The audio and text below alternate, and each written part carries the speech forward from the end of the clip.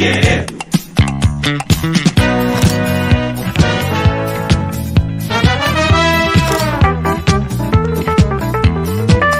Figueiredo, Figueiredo. Figueiredo, Figueiredo. Figueiredo, Figueiredo. Figueiredo, Figueiredo.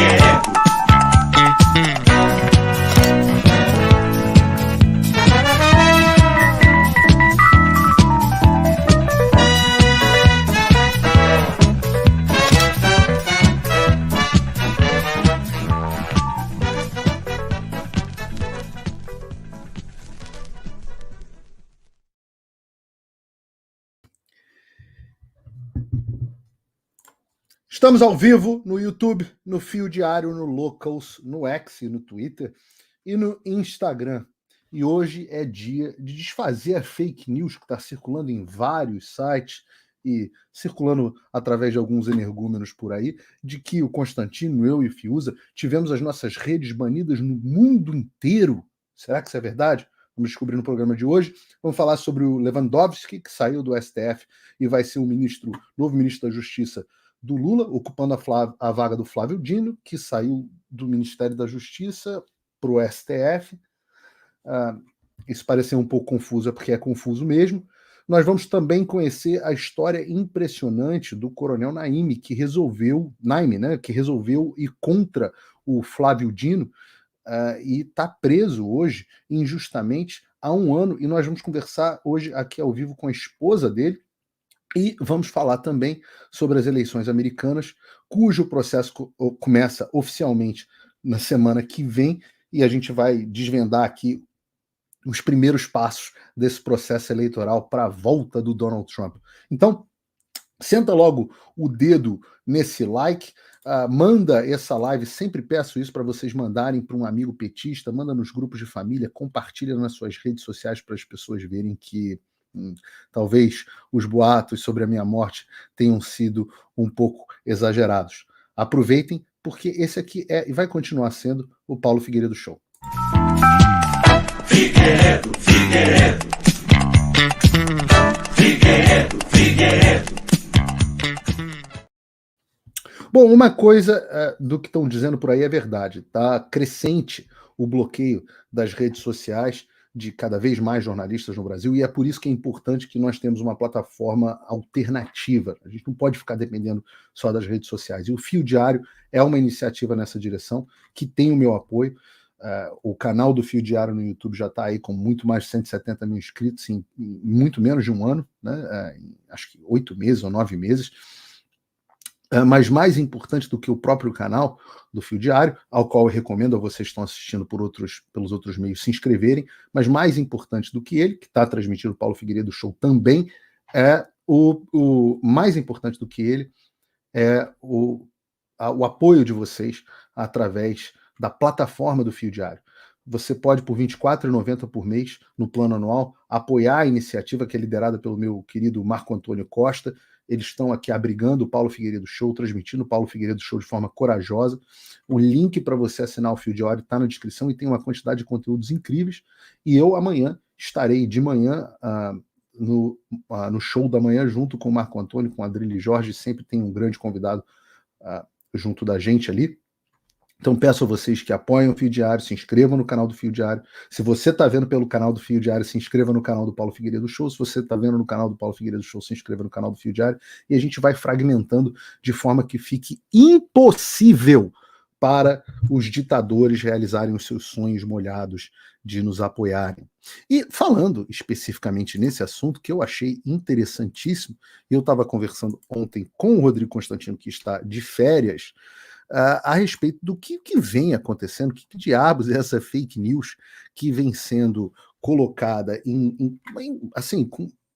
circulou em vários lugares, de que nós teríamos tido as nossas redes sociais banidas mundialmente. E muita gente virou e falou, ficou assustada, falou, Paulo Figueiredo, como pode? Como o Alexandre pode ter conseguido banir as suas redes nos Estados Unidos? E eu vou pegar aqui uma notícia. Eu podia pegar de qualquer portal genérico, porque eles são basicamente todos a mesma coisa, mas eu vou pegar aqui, cuidado aí, vocês tirem as crianças da sala, porque eu vou pegar uma notícia do Terra. E aqui está a notícia. Espera aí, só um segundo para vocês, vamos lá, que eu não gosto dessa câmera, eu gosto dessa aqui. Vamos pegar a notícia do Terra, que diz o seguinte: Constantino Fiuza e Paulo Figueiredo são banidos das redes sociais em todo o mundo. Saiu na revista Fórum, saiu até, acho que no Terra Brasil Notícias, que é um portal mais à direita, mas às vezes cai nas fake news da esquerda. E eu falei assim, eu fiquei até surpreso num dado momento.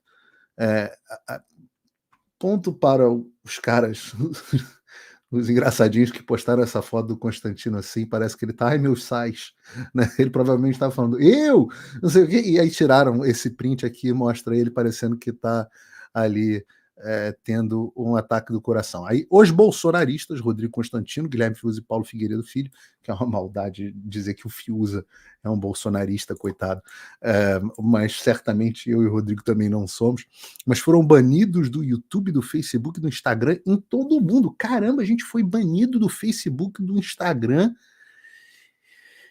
e do YouTube em todo o mundo. Caramba, onde é que vocês estão assistindo esse programa, hein? Respondam aí nos comentários.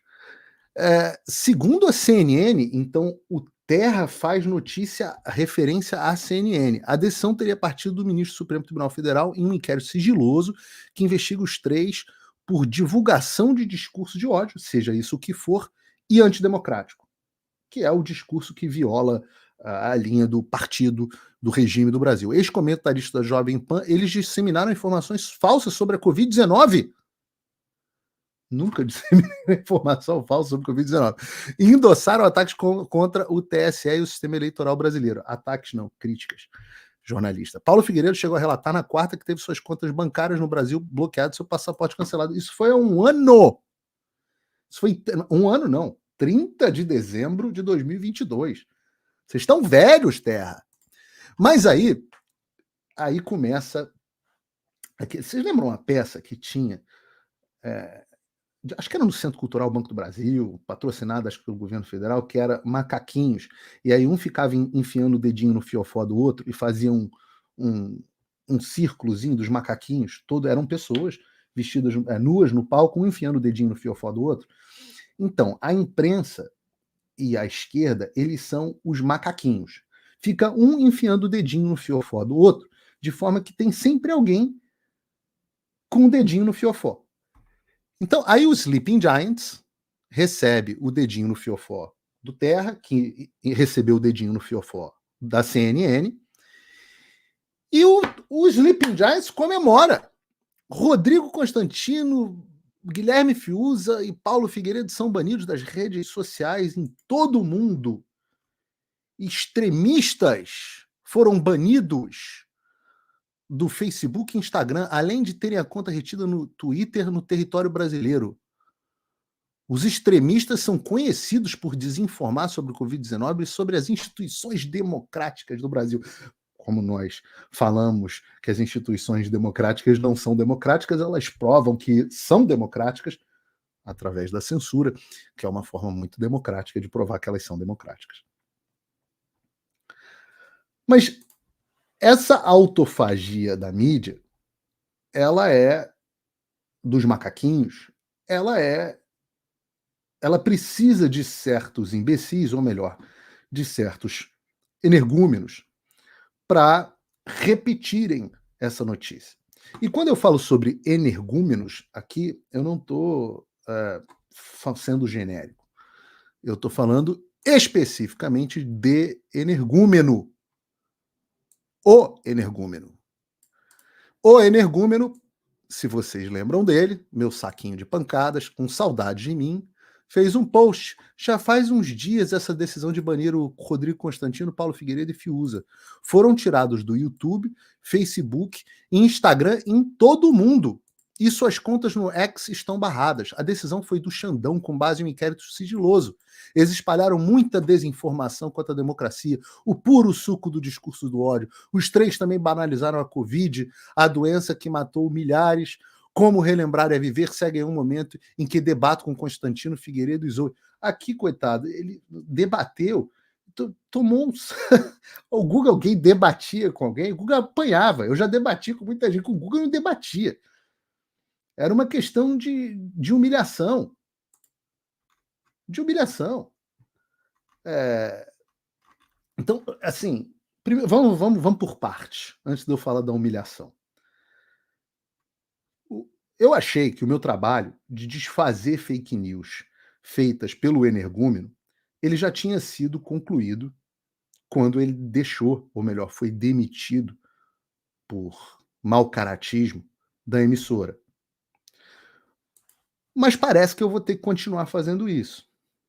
E aí eu acho icônico e simbólico para vocês que estão nos assistindo, aliás, obrigado pela enorme audiência, que ele me acuse de desinformação enquanto ele próprio desinforma. Porque o fato é que essa história de que as nossas redes sociais foram banidas no mundo inteiro é absoluta e inequivocamente mentirosa. CNN, vocês são mentirosos. Terra, vocês são mentirosos. Sleeping Giants, vocês são mentirosos. Energúmeno, você é mentiroso. E eu posso provar. Todos vocês podem querer me processar, mas eu vou afirmar categoricamente: vocês estão cometendo fake news.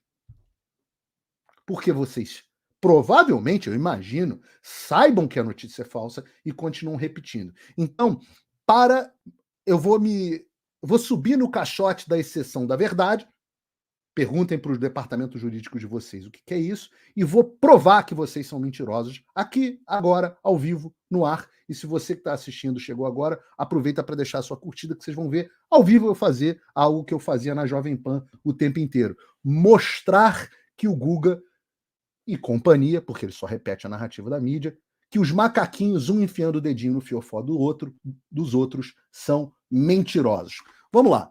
Quer dizer, então, que as minhas redes sociais estão bloqueadas, em todo mundo? Então vamos lá, vamos pegar aqui, ó. Eu estou nos Estados Unidos. Real P. Figueiredo, tá aqui. Minha primeira conta. 1,3 milhão de pessoas. Eu não tô logado nela não, tá? Eu tô logado na conta do Paulo Figueiredo Show, que é a outra. Mas vamos lá. 1,3 milhão de pessoas. Caramba! Pô, tem post. Ah, olha quem tá aqui. Somos nós. Olha nós aqui. O Paulo Figueiredo Show está sendo transmitido no mundo inteiro pelo Twitter X. Olha que coisa, rapaz. Olha que coisa.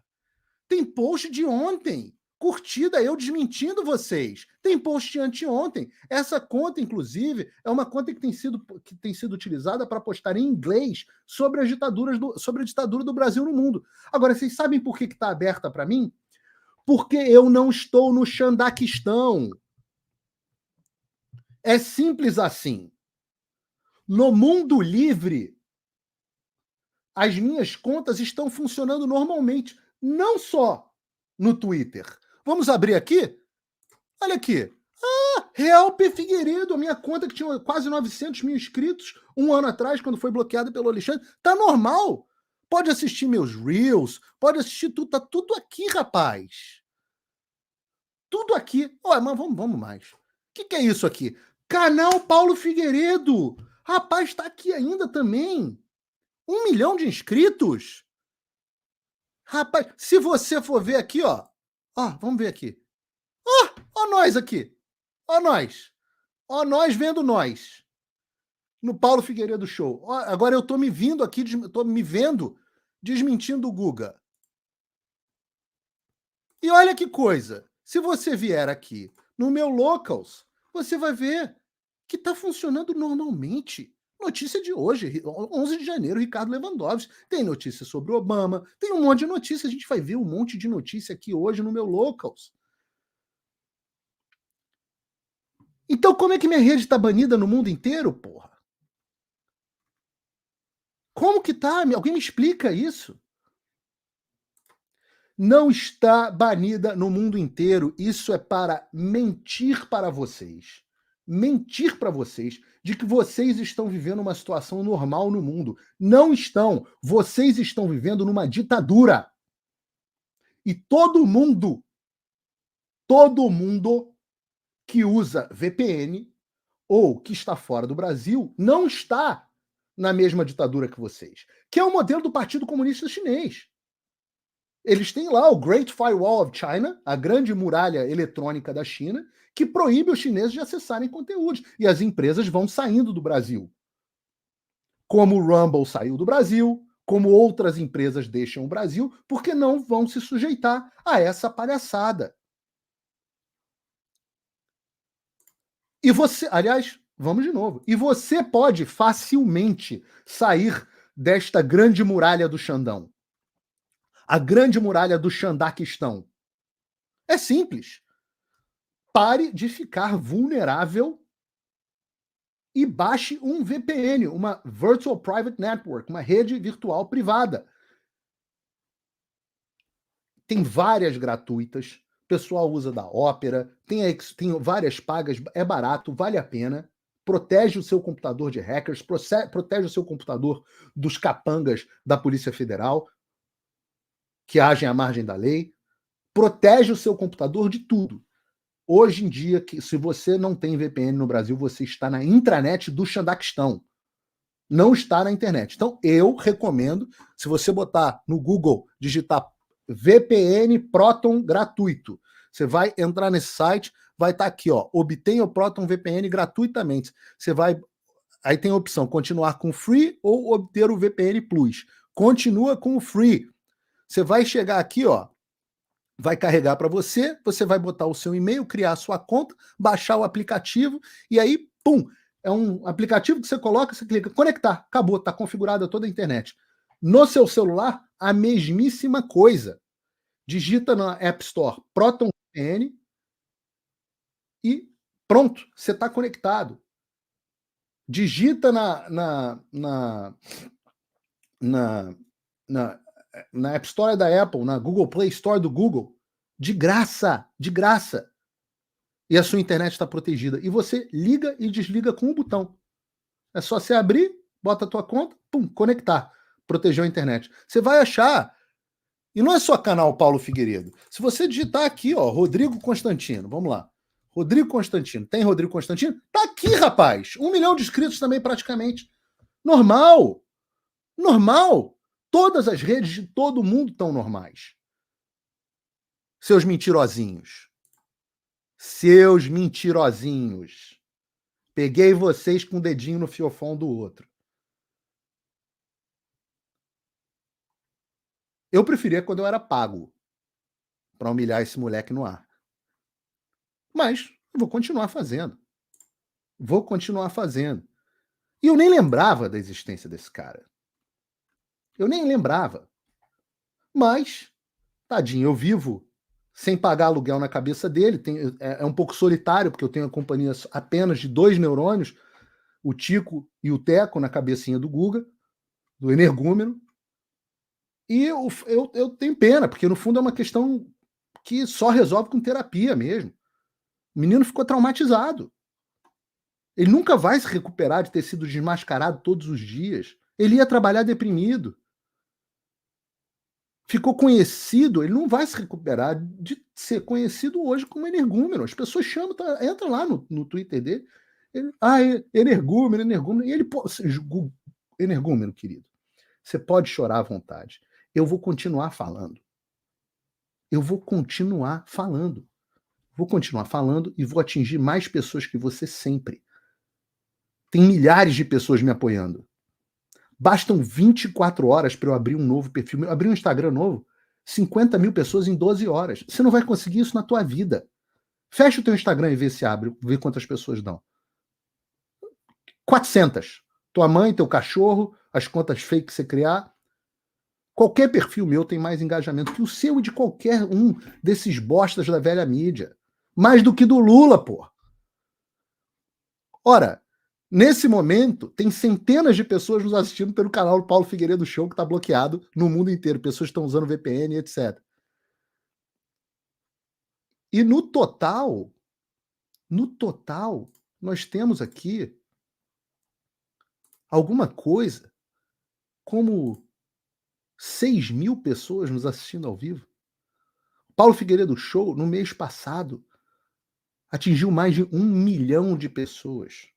É o mais que você vai, muito mais que você vai conseguir. Jamais vai conseguir nessa sua porca vida. Aprenda. Winners são winners. Losers são losers. Vencedores são vencedores. Fracassados são fracassados. Você pode botar os seus tweetzinhos, que depois o Xandão usa lá nas decisões dele, achando que são meus. Você pode botar. Você sempre será um bosta. E eu sempre serei um vencedor. Sempre.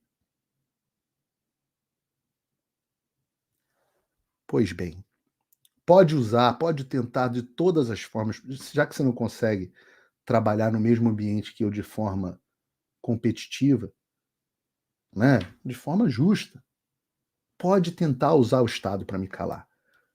Não vai funcionar porque eu tenho espinha dorsal. Há 1 ano que eu estou sofrendo pressão. E eu já falei que eu não vou me calar. No entanto, você se curva aos seus mestres o tempo inteiro. É a diferença de um homem e um verme. E as pessoas reconhecem a diferença de um homem e um verme. E é por isso que eu tenho tantos apoiadores. Hoje, o meu jornalismo, que aliás certamente é muito mais bem remunerado do que o seu, ainda com todos os bloqueios, e será sempre, é garantido pelos meus apoiadores no Locals. E se o Locals, eu deixar de ter o Locals, eu fiz uma pesquisa dentro do Locals, falei, porque eu estou considerando abrir o meu próprio site. Por melhor que seja o Locals para mim, são muito queridos, chegou num ponto onde o tamanho já justifica eu abrir meu próprio site, de preferência em parceria com outros colegas que passam pela mesma situação. Que o Xandão vai bloquear, a gente vai mudar o endereço, ele vai entrar no site novo e por aí vai. A gente consegue competir com vocês da velha mídia nestas condições desvantajosas e ainda assim sair na frente. Graças ao público. Graças ao público. Graças a vocês que estão em casa. As mais agora de 6 mil pessoas que estão nos acompanhando agora também pelo Instagram.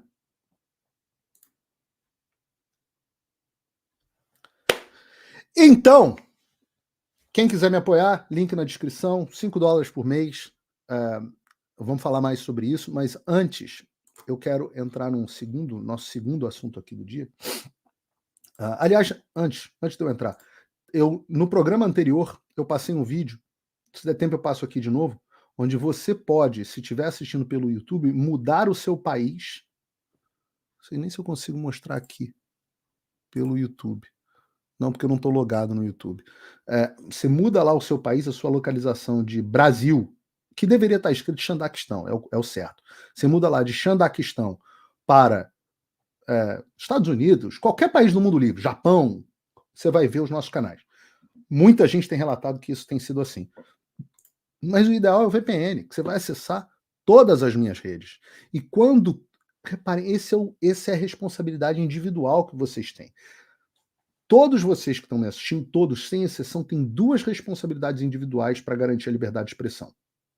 A primeira delas é que você precisa usar e saber usar um VPN. E é muito simples, você não precisa se esforçar muito. Até o energúmeno conseguiria usar um VPN. Item 2. Apoiar pelo menos 2, mas idealmente todos os jornalistas que você puder. Essa é a sua responsabilidade individual.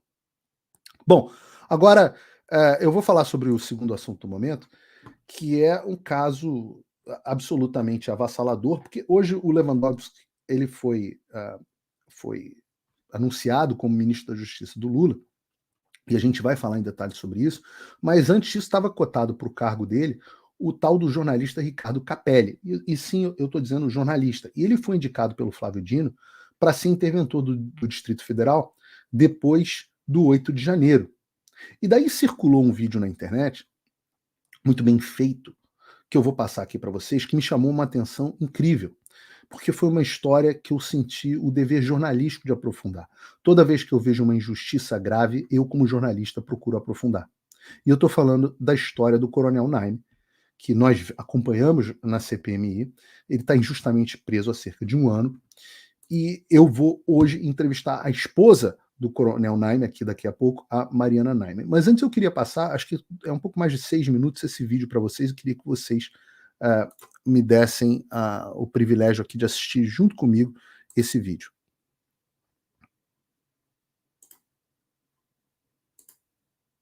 O presidente Lula perguntou, mas ele é policial? Aí o ministro falou, não.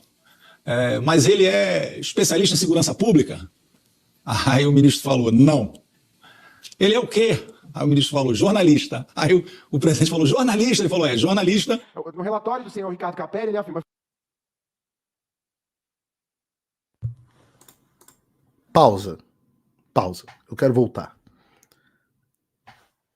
Qual é o único caso onde você nomeia um jornalista no lugar de alguém especialista em segurança pública? Eu vou responder. O que um jornalista faz? Ele relata histórias. Ele conta histórias. Então, a única razão para você nomear um jornalista para uma função de segurança pública é quando a construção de uma história ou de uma narrativa for mais importante do que a efetiva segurança pública. Então, vamos voltar. Vi com os próprios olhos o oficial tentando retardar a linha de contenção da PMDF quando as sedes dos 3 poderes já estavam desocupadas. A impressão que me dava é que ele não queria que a linha andasse. Ela estava andando muito lentamente. Foi uma guerra para eu conseguir fazê-la andar. O que o senhor tem a falar sobre isso? Deputado, é uma coisa complicada. A pessoa tem impressão de coisa que ela não sabe, né? Eu tenho 30 anos de polícia militar. A minha história na polícia militar se confunde com um batalhão de choque, né? Tive a oportunidade de ser subcomandante daquela unidade 2 vezes.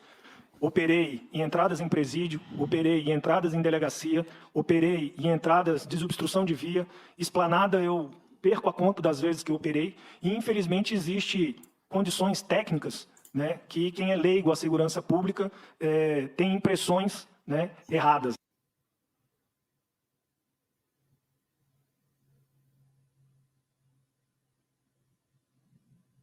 Coronel Jorge Naime.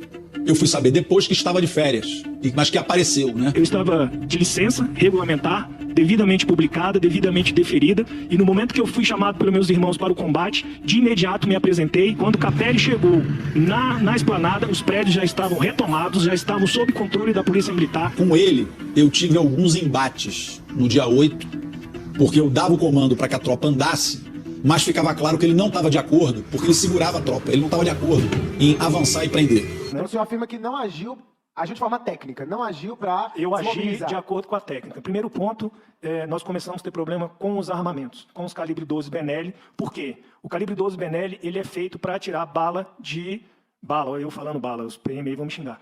Munição de chumbo, 3T, munição de chumbo. E não, ele é construído para munição de elastômero. Por que eu estou falando isso para o senhor? A munição de chumbo, quando ela passa no cano, ela não deixa resíduo. A borracha, quando ela passa no cano, ela deixa resíduo. E aí há uma necessidade que uma quantidade X de disparos de elastômero se faça um disparo de munição de chumbo para limpar o cano, porque senão a munição começa a embuchar no cano e a munição não sai. E como no local nós não tínhamos local de segurança para efetuar disparo com munição real, as armas que estavam sendo usadas pelos policiais começou a falhar. Então nós precisávamos esperar chegar a van para trocar esse armamento. Então essa foi a razão, talvez, pela Uma das lentidão. razões. Segundo ponto, o policial militar, ele carrega munições de elastômero e munições químicas num número limitado. Como eu falei aqui anteriormente, o último confronto do choque foram efetuados 900 disparos. Nessa foi efetuado 4.000. O senhor consegue entender a diferença?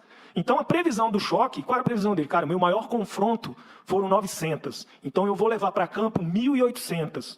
E ele usou 4.000. Então 4.000 balas de borracha tá pouco pro Xandão, pro Capelli. nós tínhamos que deslocar viaturas no setor policial para pegar munição e retornar para a esplanada para reabastecer os bornais dos policiais. E nesse tempo, eu tinha que ter a inteligência de quê? De não acabar a munição não letal, porque se houvesse um ataque direto e os policiais não tivessem munição letal, a gente ia usar letal. O foco nessa manhã está na frente do QG do Exército, porque a polícia e o Exército estão fazendo agora a desocupação do local. Primeiro eu fui entrar com a PM no setor militar urbano, o Exército não deixou no dia 9. Depois que começou a Reparem, de fato o Exército não deixou no dia 9. desmontar, que eles me autorizaram a entrar com a PM. Tava eu, Rui e Múcio. Aí eu já desci do carro enlouquecido, para dentro dele. Falei, Nádio, cadê os ônibus? Ele falou, estão chegando. Aqui eles vêm com escolta, vem mais devagar. Eu falei, não é possível. Os ônibus saíram muito mais tempo antes de mim, vim de carro e eu não vi ônibus nenhum. Cadê os ônibus, Nádio? Aí ele falou, eles não cabem aqui na superintendência da Polícia Federal. Aí eu botei o dedo na cara dele. Eu falei, essa decisão não é tua. Nossa, botou o dedo na cara, ó. Que macho, hein? Ó, que machão. Será que botaria o dedo na cara de um PM se não tivesse o Dino atrás abraçando gostoso? Manda os ônibus entrarem aqui agora. Agora! Cadê os ônibus, Nai? Aí ele falou, eu mandei parar. Eu quase fui às vias de fato com o Nai, na porta da superintendência da PF. O senhor teve algum tipo esses de divergência trouxas. de comando ou com o senhor Ricardo Capelli ou com o Coronel Fábio? Nenhum momento. Eu nunca tive divergência de comando com o Coronel Fábio, em nenhuma situação e nem nesse dia. E com o doutor Ricardo Capelli, Que era o seu superior naquele contexto, né? a minha única divergência com ele foi no dia posterior, né? Porque eu cheguei na Polícia Federal com 40 ônibus encaminhando lá para a Polícia Federal, né? E a Polícia Federal foi meio que pega de surpresa com aqueles ônibus para lá. Não existia local na superintendência da Polícia Federal para que aqueles 40 ônibus fossem instalados. Eu estava preocupado porque as pessoas saíram do acampamento dizendo que seriam triadas e depois liberadas, né? E aí, quando aquelas pessoas chegassem na Polícia Federal, eu tinha um medo de acontecer uma rebelião dentro daqueles 40 ônibus, né, dentro da Polícia Federal. Tanto que eu fiquei com o doutor Cajado e mais 2 delegados da Polícia Federal rodando dentro, enquanto o comboio deslocava, rodando dentro da Superintendência da Polícia Federal. Para onde que colocaria, não tinha local, queriam deixar eles dentro do ônibus. Isso ia ser um problema, isso ia dar um confronto. E aí me chegou a informação que eles iriam para Papuda direto. E aí eu liguei para o Coronel Klepter, né? Falei, Klepter, recebi uma informação aqui que vai para Papuda, velho. E aí, o que eu faço? O Coronel Klepter falou, Naime, eu vou falar com o interventor e te dou um retorno. Eu falei, tá bom, então eu vou pedir para o Coronel Edivan, que está comandando a escolta, vir na velocidade Então, da foi uma via. divergência, foi uma negociação ali de qual seria o Vir na velocidade da via para decidir, porque se tiver que desviar para Papuda, vai ser outro caminho. Tudo bem. Isso mostra a esculhambação que foi no dia, como é que foi tudo muito improvisado, e o sujeito aí está tentando fazer, o Coronel Naime está tentando fazer o melhor possível dentro da loucura imposta pelo interventor jornalista do Distrito Federal. Vamos lá. Eu desliguei o telefone, liguei pro Coronel Edivan e falei, Edivan, tá uma divergência para onde você vai, cara. Então, vem na velocidade da via, não vem cortando o sinal, se eu tiver alguma coisa eu te informo para você já mudar de rota. Nisso, o Capelli chegou lá na Papuda. Na Superintendência da Polícia Federal. Né? E aí ele já chegou gritando, perguntando por que os 40 ônibus não tinham chegado. E aí eu estranhei, porque eu tinha avisado o problema, e aí eu fui falar com ele, eu falei, doutor, o problema é que aqui tá indefinido para onde que vai. E a gente não sabe se vem para cá ou se vai para Papuda. E eu pedi para o Coronel Edivan vir mais devagar para decidir, para não ter que mudar a rota. E aí ele já começou a gritar comigo na frente da tropa, total desrespeito ao meu posto de coronel, né? Começou a gritar. Síndrome da pequena autoridade. Você dá uma pequena autoridade para um homem que normalmente tem uma alma pequena, ele começa a se achar o fodão, dedo na cara, ele é machão, com aquela porcaria daquele chassi de grilo dele, achando que ia dar porrada, quase foi às vias de fato, porra nenhuma de via de fato. Comigo na frente da tropa, dizer que eu não tinha autoridade para aquele tipo de decisão, que não era para eu ter feito aquilo, que ele estava decidindo com o Então, diretor-geral da Polícia Federal. Esse foi o contexto da divergência de vocês. E tanto eu digo para o senhor que quando os ônibus chegaram na Polícia Federal, o coronel Edivan com a escolta foi barrado pelos vigilantes da entrada da Polícia Federal.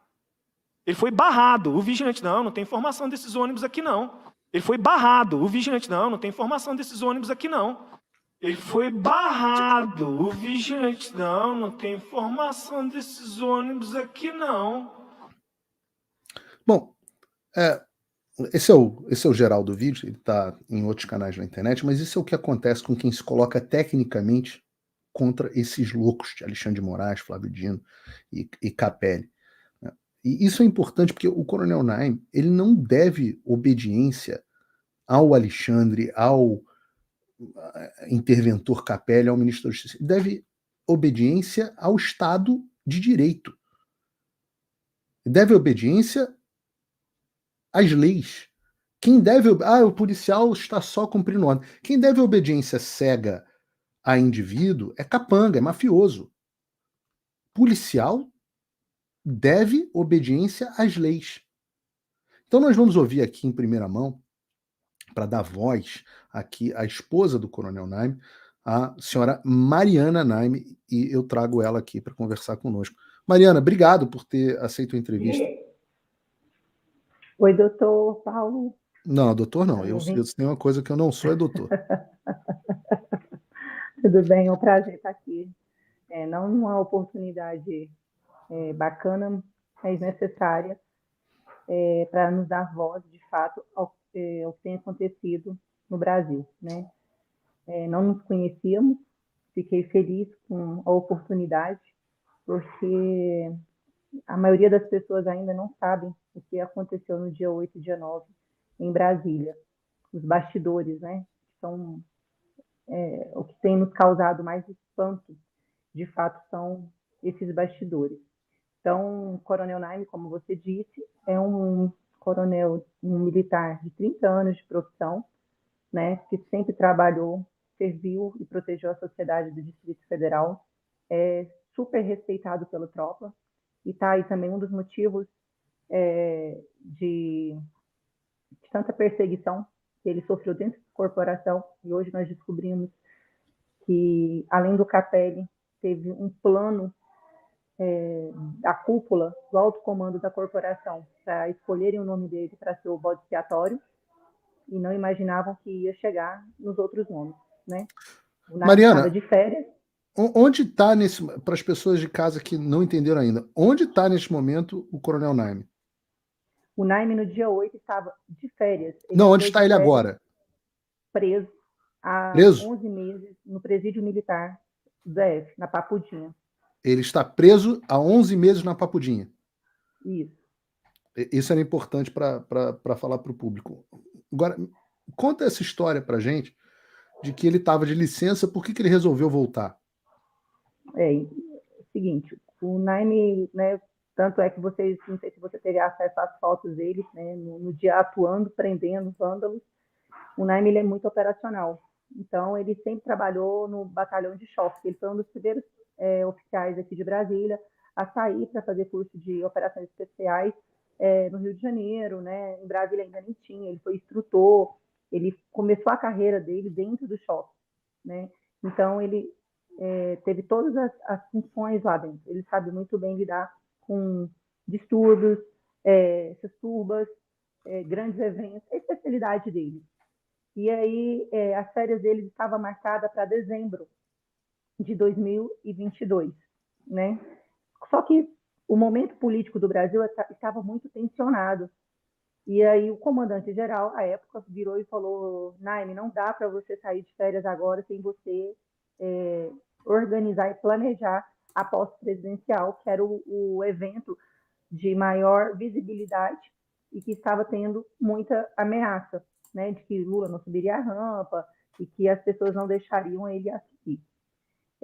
O Naime, como você disse aqui anteriormente, ele é polícia de Estado, ele é apartidário, ele sempre bateu muito nessa tecla em relação ao posicionamento profissional dele, né? Porque ele não tem um lado A e nem B, não poderia ter porque ele protege a sociedade. Então, quando foi após as eleições, foi cada vez ficando mais acirrado aquele clima, ele foi o único coronel, né, e gestor, à época da PMDF, que fez um documento encaminhando para o comandante-geral, falando que ele não concordava e pautando isso e fundamentando com o QG até o final de dezembro, na transição para a posse presidencial. Na opinião dele, aquilo ali seria um local que poderia ser usado, como de fato foi, por infiltrados, por pessoas de má índole, pessoas que quisessem, né, agir de má fé. Então, ele achava que aquilo ali era um grande risco, porque ele sabia que tinha pessoas de bem ali, né, acompanhou toda a inteligência da PM, acompanhou ao longo do período as manifestações que tiveram lá de cunho extremamente pacífico e tranquilo, porém, como estava se aproximando de um grande evento, ele não achava que deveria ficar com a experiência que ele tinha, né? Tanto é que ele foi até o Planalto em reuniões com os generais do Exército e se posicionou também em relação a isso, pedindo para que fosse desmobilizado, porque a PM não tem esse poder, porque era uma área militar. E foram em acordo 3 vezes, a Polícia Militar do Distrito Federal, sob o comando operacional do Coronel Naime, colocou a sua tropa à disposição do Exército para fazer a remoção, e foi impedido pelo Exército. Né? Então, só para você entender o contexto anterior. Foi mesmo, né? Foi de fato impedido pelo Exército naquele momento. Impedido. Isso antes mesmo da posse presidencial. Né? Quando foi dia 1º, o acordo então, com o comando, com a cúpula da PM, vou assumir a posse presidencial, vai ficar sob o meu comando, meu planejamento, mas eu preciso tirar um período de descanso porque eu estou doente. O Naime já vinha com algumas comorbidades, hipertensão, diabetes, insuficiência renal graves, e a gente aqui em casa, né, a família, dando uma pressão nele, falando para ele que ele precisava tirar um tempo para ele, porque as pessoas são substituíveis no serviço, infelizmente. Se acontecesse algum mal com ele, ele seria substituído imediatamente. E para nós, familiares, não teria preço isso, né? Então, ele fez esse acordo, autorizaram ele, que após a posse presidencial, ele sairia de licença, ali nos primeiros 10 dias, e emendaria com as férias e retornaria dia 14 de fevereiro. O que eu estou te falando, Paulo, inclusive, está em documento oficial, né? Foi concedido a licença para ele e as férias em documento antes mesmo da manifestação do dia 8, tá? Essa documentação foi dada entrada no dia 3, ele se afastou da função de chefe operacional da PM no dia 3, foi publicado em diário oficial no dia 5, e ele estava em Brasília, né, em tratamento. A gente estava realizando vários exames e programando as nossas férias com ele. No dia 8, nós não imaginávamos nunca o que estava acontecendo e nem o que estava acontecendo na própria corporação, porque como ele tinha centenas de grupos, eu conversei com ele e ele silenciou todos os grupos que ele participava, né? Porque como ficar de férias com os grupos claro, pegando muito difícil. informação? Não dá. Ele silenciou os grupos assim que ele entrou de férias. Quando foi dia 8, por volta das 16 horas, 15h40, 16 horas, ele recebeu uma ligação do que estava sendo substituído por ele, que era o Coronel Paulo José, pedindo socorro, que ele estava dentro do Congresso, cercado de manifestantes, e os manifestantes tinham entrado dentro do Congresso. Ele assustou muito, a gente estava num restaurante, ele parou e falou: vocês estão ficando loucos? Vocês, como assim? A corporação está cercada por manifestantes, o que vocês estão fazendo aí dentro? Aí ele falou, foi invadido, não sei o quê, e ele já entrou em desespero. Ele parou, já avisou para mim, pede a conta, eu quero ir para casa, né, imediatamente, e aí foi nos providenciando, e aí começou a ele receber várias ligações de policiais falando: coronel, vem para cá, a gente precisa do senhor. E ele falou: eu estou de férias, eu não tenho condições de sair. E aí passaram uns 30 minutos, o governador Ibanez, do gabinete dele, ele recebeu uma ligação falando: o governador está pedindo para te ligar, Naime. e quer saber o que está acontecendo na esplanada. Ele falou, eu não sei o que está acontecendo na esplanada porque eu estou de férias. Aí o assessor falou, então deixa eu comunicar ao governador que você está de férias, que o senhor está de férias. E aí, com 5 minutos depois que desligou o telefone, ligou de novo, mesmo a assessoria, e falou, Nani, mas você está em Brasília? Ele falou, estou em Brasília. Ele falou, o governador pediu para você assumir imediatamente as tropas. Desce para a esplanada. Ele falou, é uma ordem? Ele falou, sim, senhor, é uma ordem. Ele falou, estou pronto. Vou me trocar e desço imediatamente para lá. Só que como ele tem hierarquia, né? A polícia militar é uma instituição hierárquica, ele não podia também, apesar que o governador é o chefe maior dele, ele não poderia também chegar em terreno sem comunicar ao seu superior hierárquico. Ele ligou para o comandante-geral à época, que era o Coronel Fábio. O Coronel Fábio não atendeu, ele ligou para o subcomandante-geral, que é o Coronel Klepter, atendeu e ele falou, olha, eu recebi uma ligação e pediram para descer para a esplanada, o que eu faço? Ele falou, o Coronel Klepter falou, desce imediatamente e, pela sua experiência, você é o melhor nome que nós temos. Preciso de você aqui.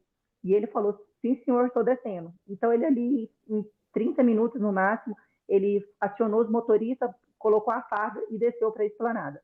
Chegando à esplanada, ele assumiu, de fato, as linhas de tropas especializadas, porque as linhas convencionais estavam sob o comando de outro coronel. E ele começou a fazer a varredura de cima da cúpula do Congresso e foi fazendo essa varredura. Até então, não tinha tido intervenção.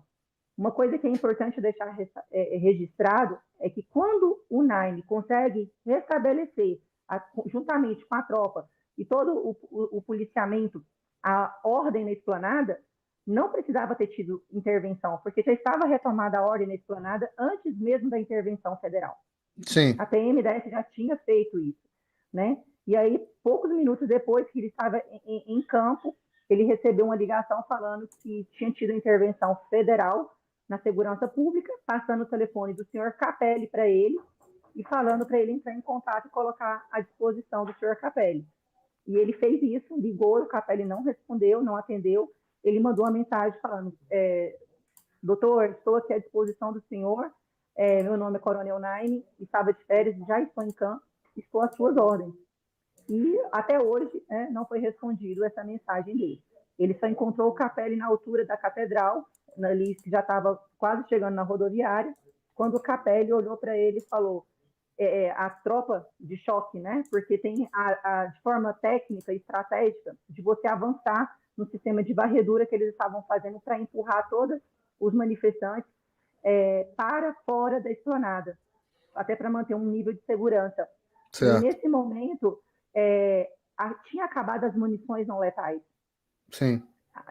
E estavam nessa busca de viaturas indo, pegando uma fração da tropa avançava, outra fração recuava, e eles estavam indo de forma pausada, mas também estratégica, que não deixasse as pessoas voltarem, mas também que não podia entrar no confronto, porque senão daria morte. Né? Se você entra em conflito com manifestante sem munição não letal, você tem que atirar com munição letal. E então, lembrando assim, que... É uma guerra. Isso, lembrando que isso é importante que as pessoas saibam, né, Mariana? Além dos patriotas que estavam lá apenas se manifestando, que acabaram entrando, existiam realmente pessoas que estavam cometendo atos de violência e vandalismo, né? E que é uma tristeza, inclusive, que essas pessoas não sejam propriamente identificadas e processadas criminalmente, para que separe o joio do trigo. O patriota, o tio, o pai da Gabriela Ritter, as pessoas que estavam lá,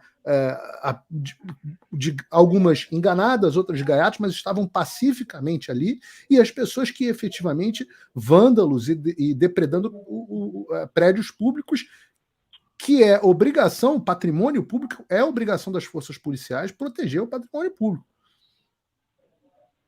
Tanto é, Paulo, que na hora desse combate, né, dessa varredura, desse avanço das tropas, várias pessoas, centenas de pessoas foram presas pela tropa, inclusive ao comando do Coronel Naime. E o Coronel Naime foi atingido, porque ele saiu de trás da tropa quando ele viu que tinha um grupo de homens atirando rojão contra a tropa, e a tropa com escudo, não tem como ela entrar em luta corporal, e o Naime imediatamente, eu tenho essa filmagem, eu posso te passar depois, foto também disso, desse momento, inclusive foi o próprio Metrópolis, no jornal, que divulgou, depois de meses que ele já estava preso, eles entraram em contato comigo perguntando se era do meu interesse, eu falei, é super do meu interesse, inclusive, a atuação dele, porque ele foi preso sob omissão, como uma pessoa que estava prendendo vândalos, atuando na linha de frente, pode ser acusada de omissão,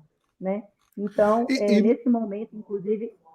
Eu estou um pouco preocupado com o nosso tempo, Mariana. Me explica como que acabou que o Coronel Naime foi preso? Então, terminou tudo isso, teve aquela questão que você apresentou agora no vídeo com o Capelli, de fato, ele entrou em alguns momentos ali em conflito com o Naime, mas assim, de forma... Eu quero acreditar, Paulo, eu sinceramente gostaria de acreditar que foi por uma total falta de conhecimento de causa, né? Porque ele pedia para avançar com a tropa especializada de uma forma que ele queria como se fosse correndo, que não é assim como o avanço de uma tropa especializada. Ele queria que avançasse sem munição, e o Naime falava, comandante, eu não posso avançar porque vai dar morte. Ele falou, segue as minhas ordens. E aí o coronel Naime conflitou com ele e falava, eu não vou deixar virar um teatro, uma guerra civil aqui, vai ter derramamento de sangue. E mais uma tentativa não de confrontá-lo, mas de assessorá-lo, né, pela falta de experiência, principalmente no momento de conflito, no momento de tensão, de caos total. Né? Aí avançou que lá no dia 9 teve tudo isso que já foi registrado, mais uma vez o coronel Naime tentando assessorar para que não tivesse problema com os ônibus, tivesse um conflito dentro da superintendência, ele falando, vem com os ônibus mais devagar, e de fato o Naime estava tão certo que a segunda ordem foi que levasse para outro local, porque não tinha estrutura física nenhuma de comportar, de capacidade de receber as milhares de pessoas. Né? Mostrou que o Naime tinha razão e não teria condições. Virou aquilo ali foi uma desgraça, né? Eu fiz uma entrevista com os advogados da ASFAB. No campo de concentração, né? As pessoas foi transformado no campo de concentração. O Naime chegou extremamente abalado.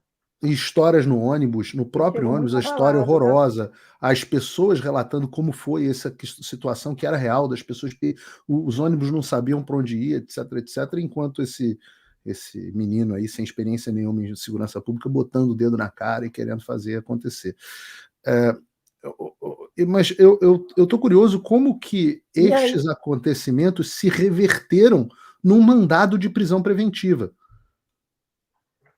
E aí, que eu estou te falando, aí entra a questão da cúpula da PMDF, né? Que eles estão querendo colocar o Naime como se fizesse parte da cúpula, mas a grande questão é que a grande cúpula da PMDF prejudicou o Naime, né? Os coronéis ali, para se resguardarem, e eles não tinham, talvez,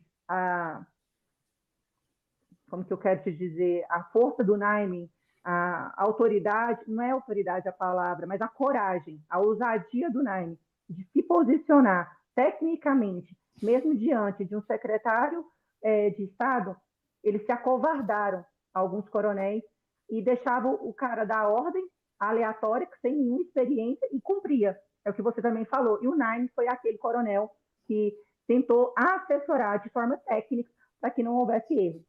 Talvez ele tivesse... É só uma conjectura, mas talvez ele estivesse atrapalhando os planos de alguns.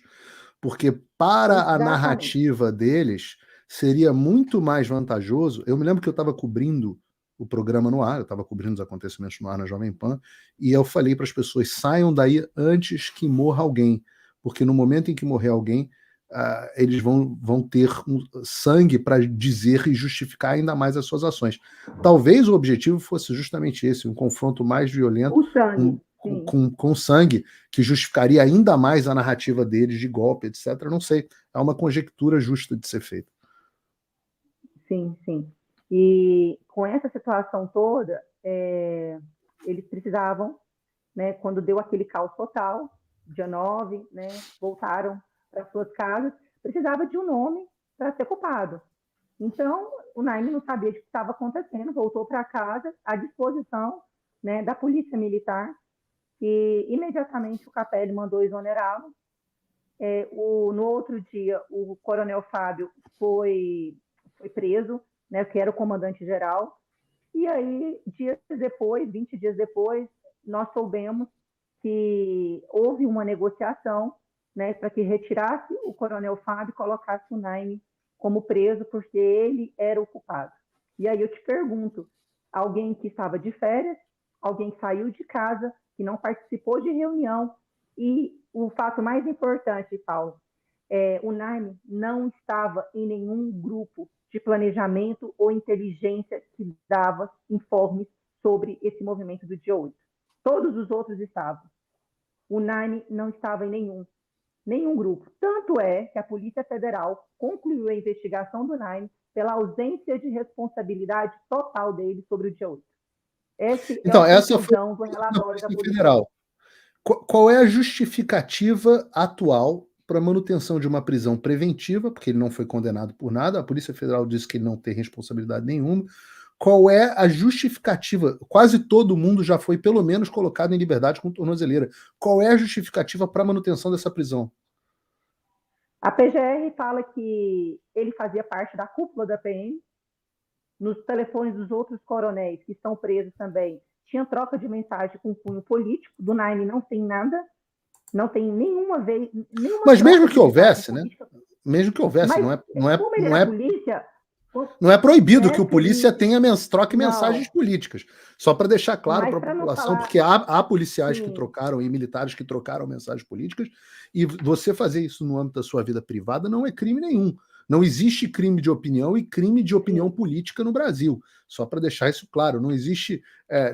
Não existe. Minto, claro que existe, mas não existe no ordenamento legal jurídico brasileiro crime de opinião e crime de associação política. Só para deixar isso claro aqui.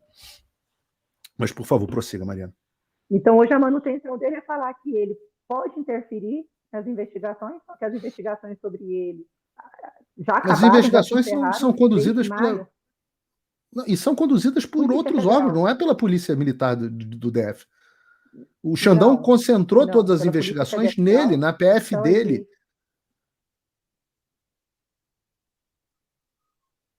E aí, o que acontece? Com essas trocas de mensagem, com essas apreensões de telefones, com algumas coisas que eles conseguiram dos outros coronéis, e nada contra o Naime, eles querem colocar como se o Naime fizesse parte da cúpula e estava tramando um grande plano de tomada de poder. Agora, assim, é insustentável. Não, até a denúncia da PGR contra o Naime, ela não cita nominalmente.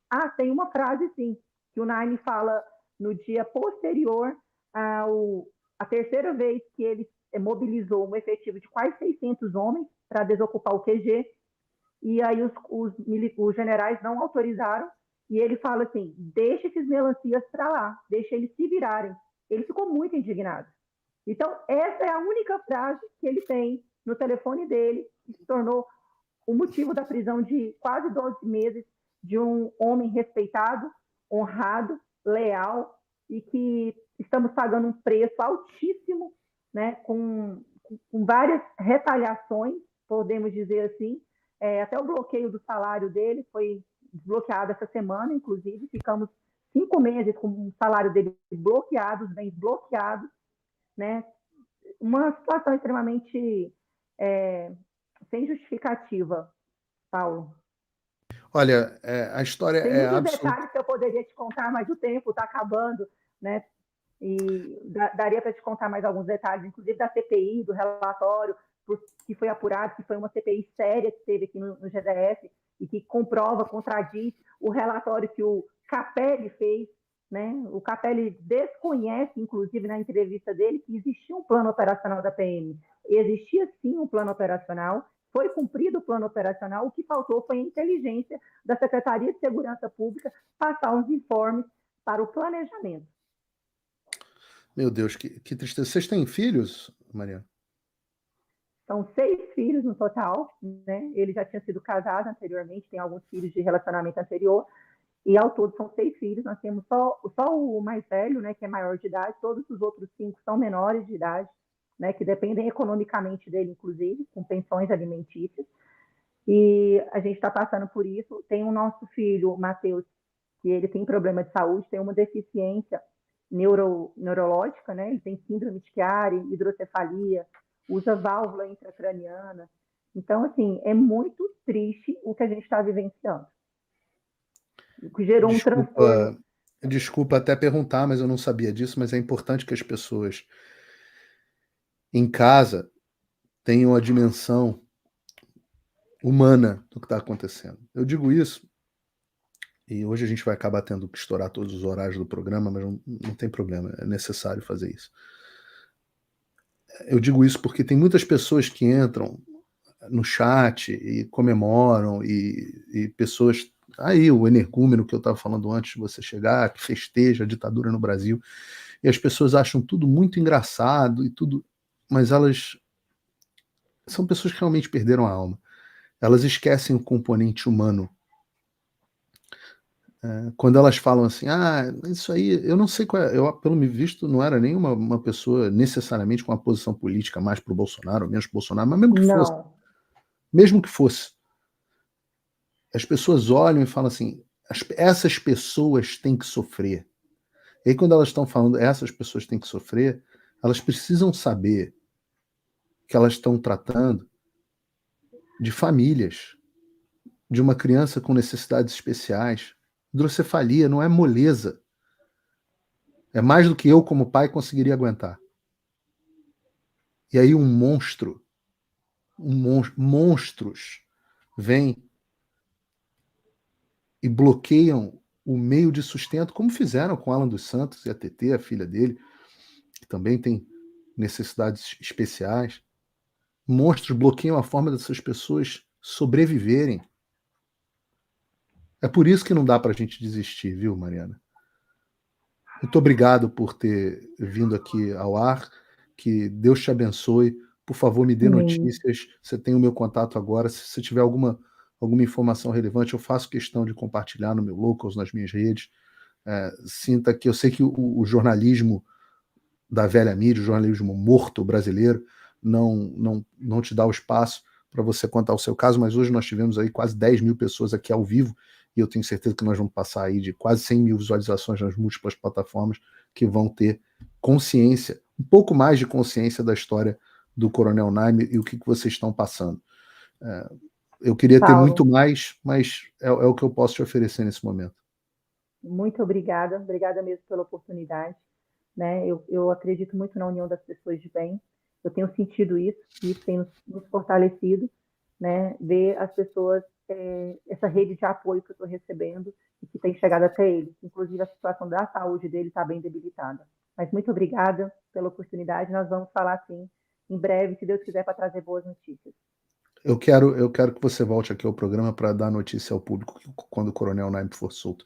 De repente, se ele não puder ainda dar entrevista, que você volte aqui ao programa. Obrigado. Deus abençoe você. Obrigada. Deus abençoe. Amém, amém. Gente. Nem sempre o meu trabalho é agradável. Mas é o meu trabalho. A gente não pode deixar de dar voz a essas pessoas, não pode deixar de falar o que está acontecendo. Eu agradeço a vocês que estão nos assistindo. Eu ia falar aqui sobre o Locals, mas ainda não estou em condições, volto a ele em breve. Vamos falar vamos voltar aqui ao nosso dia a dia da política. Vamos falar sobre a nomeação do Ricardo Lewandowski para o Ministério da Justiça, que é um assunto que merece, obviamente, a atenção. De novo, as notícias que eu coloco aqui são no Locals, então geralmente são notícias que passaram um pouquinho pelo filtro aí da velha mídia, para não serem tão tendenciosas. Vocês podem acessar as notícias de graça no meu pfigueiredo.locals.com. O link está aqui na descrição, pode baixar o aplicativo do Locals. Mas, obviamente, o que impressiona a gente, no caso do Lewandowski, é a flagrante política do tal do que se chama aqui nos Estados Unidos de revolving doors, que em português a tradução seria porta giratória. É uma expressão em inglês. Sabe aquelas portas giratórias que tinha muito em hotel antigamente? Ainda tem em alguns hotéis hoje, onde a pessoa entra uma e sai por outra, entra uma, sai por outra. Desenho animado tem muito isso. E ela é uma referência à prática de profissionais que alteram as posições dele entre órgãos do governo, órgãos do setor privado, em órgãos de diferentes esferas do governo. Né? E ela é uma prática absolutamente absurda, por vários motivos. Né? Então, você pensa, por exemplo, que o tamanho, como isso compromete a independência dos poderes e a imparcialidade. A Constituição estabelece, no artigo 2 da Constituição, logo no artigo 2, que os poderes são independentes entre si. Então, quando você tem indivíduos que estão transitando entre o judiciário e o executivo, isso óbvio que traz conflitos de interesse. Então, por exemplo, um juiz ou um ministro que tem a aspiração de um cargo político, ele pode ser influenciado nas suas decisões por considerações políticas. E aí ele compromete a imparcialidade dele como juiz. Você tem uma percepção pública desse conluio, né? De que a percepção de que existe um conluio entre esses poderes e que as decisões de nomeações elas são feitas com base em favor político nas relações pessoais e não no mérito e na competência. E isso traz risco para as próprias instituições. As instituições precisam parecer lisas. Tem o risco de corrupção, claro.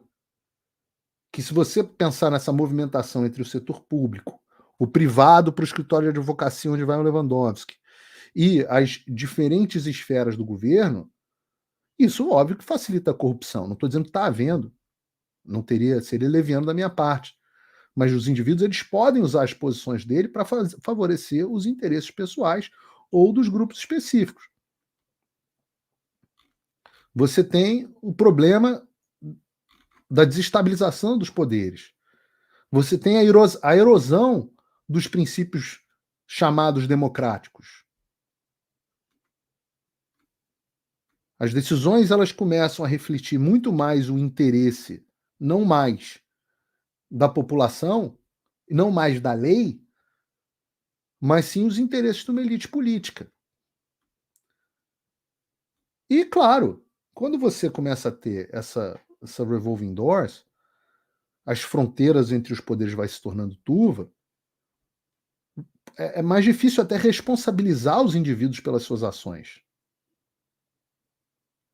Porque o cara que hoje está no Ministério da Justiça, amanhã pode ser ministro do STF.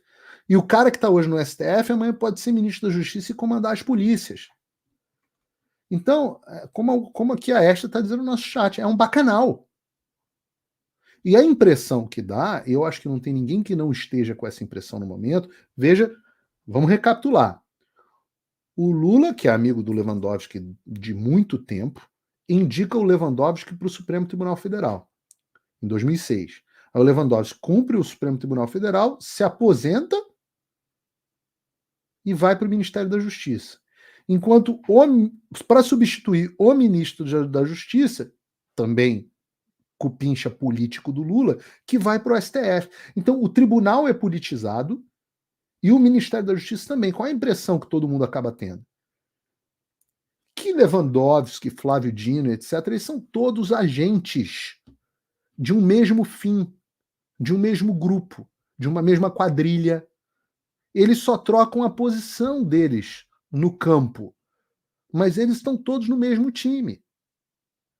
E a política do revolving doors, das portas giratórias, ela mostra que não importa aonde eles estiverem, mas eles vão estar bem.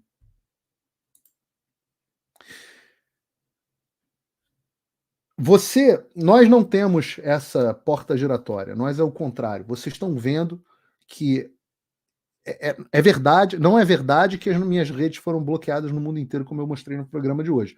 Mas é verdade que está havendo um aumento da perseguição contra mim. E, de novo, a única linha de defesa que eu tenho, já que eu não estou dentro do revolving doors do Flávio Dino, já que eu não tenho os Conchab, já que eu não tenho a Mind, já que eu não tenho nem a Jovem Pan, mas eu tenho quem? A vocês. E muita gente pergunta, Paulo, como é que eu posso apoiar o seu trabalho? Porque eu gosto de você. Você fala as coisas que eu gostaria de que alguém falasse. Às vezes nem é o que eu gostaria de ouvir, mas às vezes é o que eu preciso ouvir. E se você enxerga que esse trabalho, que o meu trabalho pela luta da liberdade de expressão, são trabalhos que têm valor, eu faço a você um apelo importante. Você pode apoiar o meu trabalho jornalístico e pode garantir que o Paulo Figueiredo Show continue com apenas $5 por mês. $5 por mês pelos primeiros 3 meses, depois $7. $5 por mês é alguma coisa como 20 e poucos reais, 20, 21, 22 reais. É um lanchinho, é menos do que uma promoção no McDonald's. Para você garantir que o jornalista que te dá voz continue tendo voz. Essa é a única forma de apoiar o meu trabalho. Eu não ganho. Agora, felizmente, semana que vem o programa passa a ter um novo patrocinador aqui de Miami. Legal, fico muito feliz. Mas o meu objetivo é seguir no novo modelo de jornalismo, onde você que está em casa decide quem deve continuar. Eu falei que você tem 2 responsabilidades. Não fique esperando alguém resolver o problema do Brasil. Você tem 2 responsabilidades. A primeira é assinar um VPN para você poder continuar tendo acesso à informação e tirando o poder do Alexandre. E a segunda é que você apoie pelo menos 2 jornalistas que você aprecia.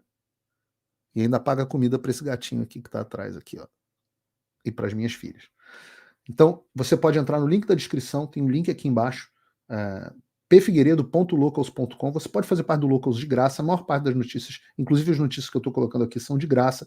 Meus comentários, vários vídeos de graça. O programa é transmitido no Locals de graça. Agradeço as pessoas que estão nos assistindo no Locals, 100 pessoas assistindo no Locals, mais de 100 pessoas assistindo no Locals.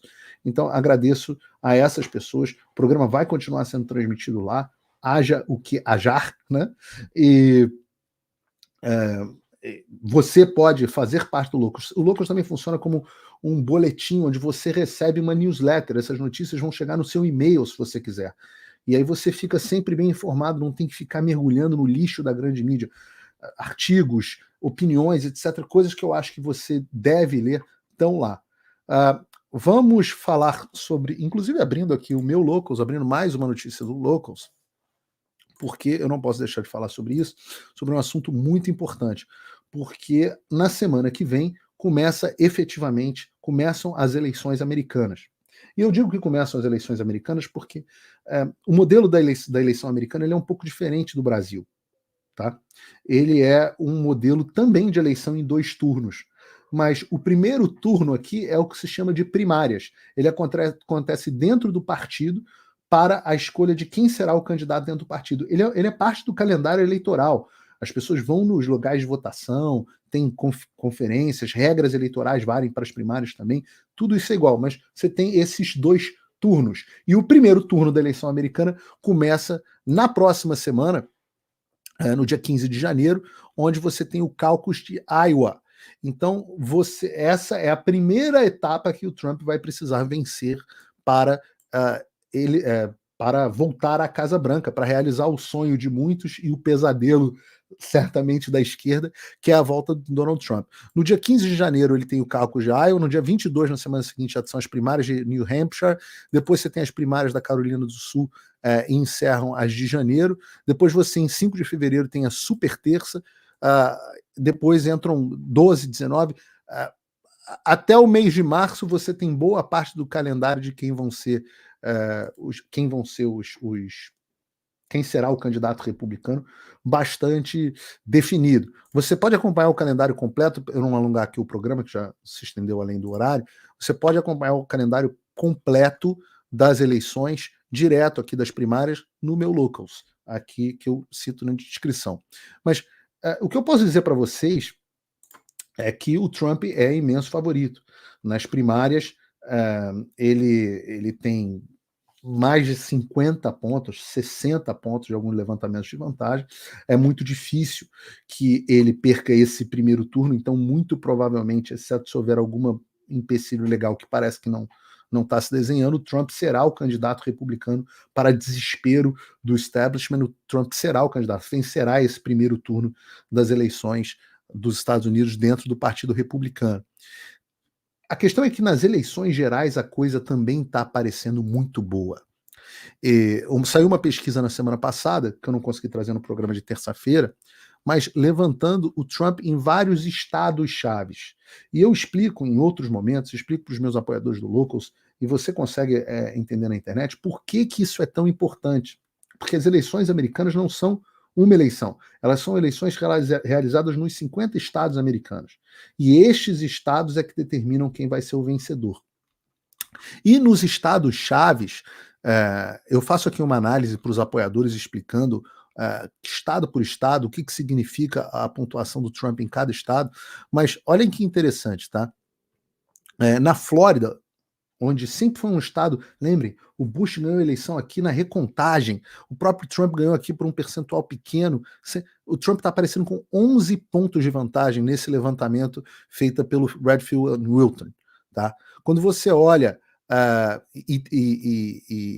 o Kennedy, o Robert Kennedy, está com 9%. Então, 11 pontos. O Trump com 45%, Biden com 34% e o Bob Kennedy com Robert Kennedy Jr. com 9%.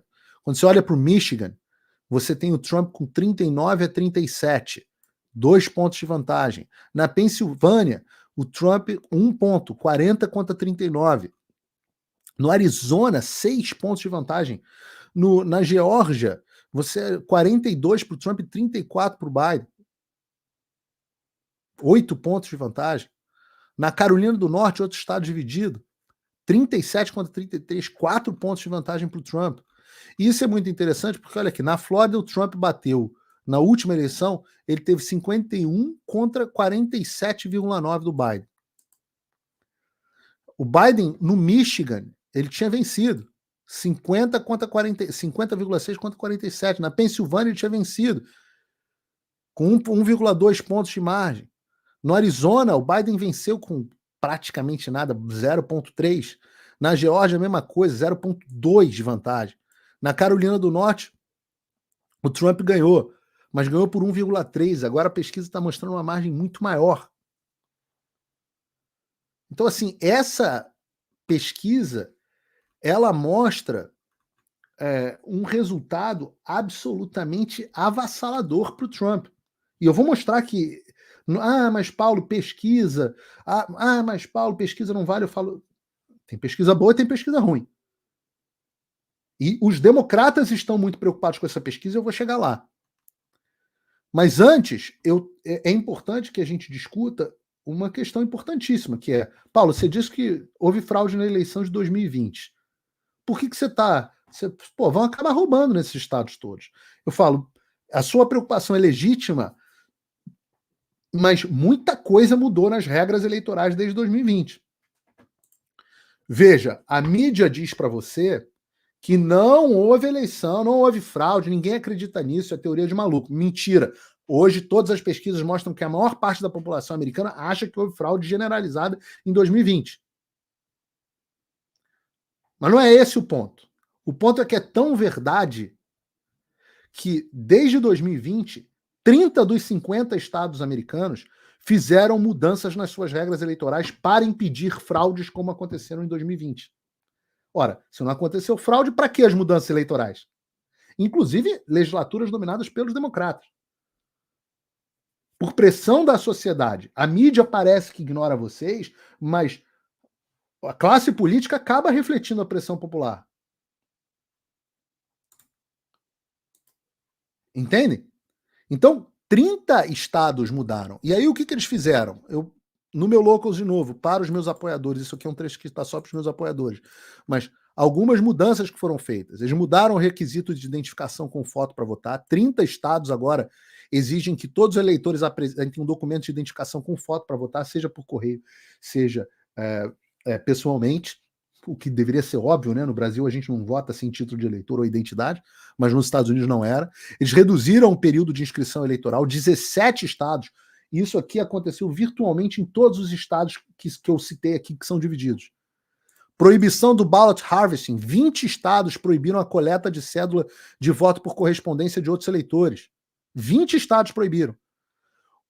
Requisito de conferência manual de assinatura. 16 estados agora exigem que todas as cédulas de voto por correspondência sejam conferidas manualmente por um funcionário eleitoral, que foi como eles roubaram a eleição de 2020. Redução para contestar as cédulas de voto por correspondência. 12 estados reduziram o prazo para contestação. E essa é a mais importante. Eu digo aqui, ó, proibição do envio automático de cédulas por correio. Em 2020, com a desculpa da pandemia, eles enviaram cédula por correio para todo mundo em vários dos estados onde houve fraude. A grande forma pela qual a fraude foi concretizada foi essa. Então, 20 estados já... Não, todos os estados chaves...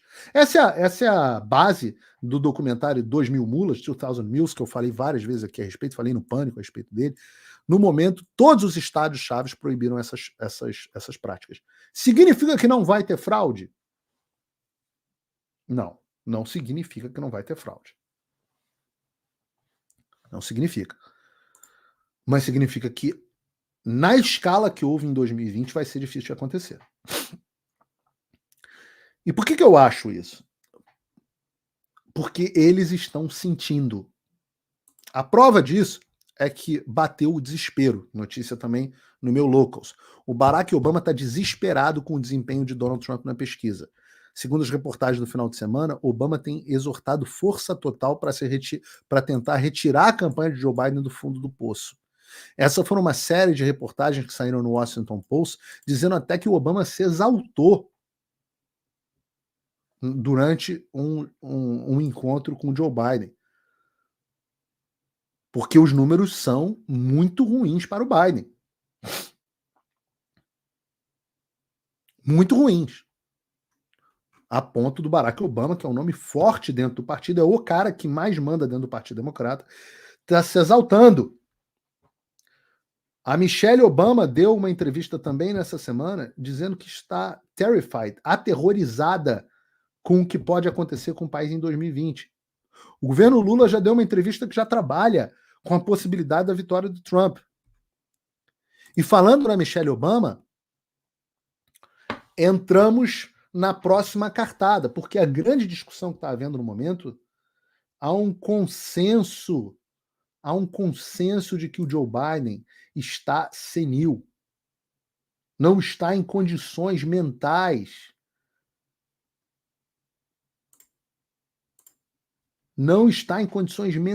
de conseguir continuar como presidente. E a grande discussão é, será que Obama será o candidato? De novo, uma notícia do meu Locals, eu mostro que o senador Ted Cruz, que alguns devem conhecer, ele foi pré-candidato à presidência dos Estados Unidos também, é um grande senador, fala do Brasil, inclusive com frequência, é um grande senador, aqui é um ícone da direita americana. Ele está dizendo hoje que as chances da Michelle Obama ser a candidata no lugar do Biden, hoje são quase como se você jogasse uma moeda para cima, 50-50, ele diz que são 45-55. Leiam a reportagem completa no meu Locals. Está subindo no telhado a candidatura do Biden? Essa é a pergunta. Alguns têm falado na possibilidade do Gavin Newsom, governador da Califórnia, ser candidato no lugar do Biden.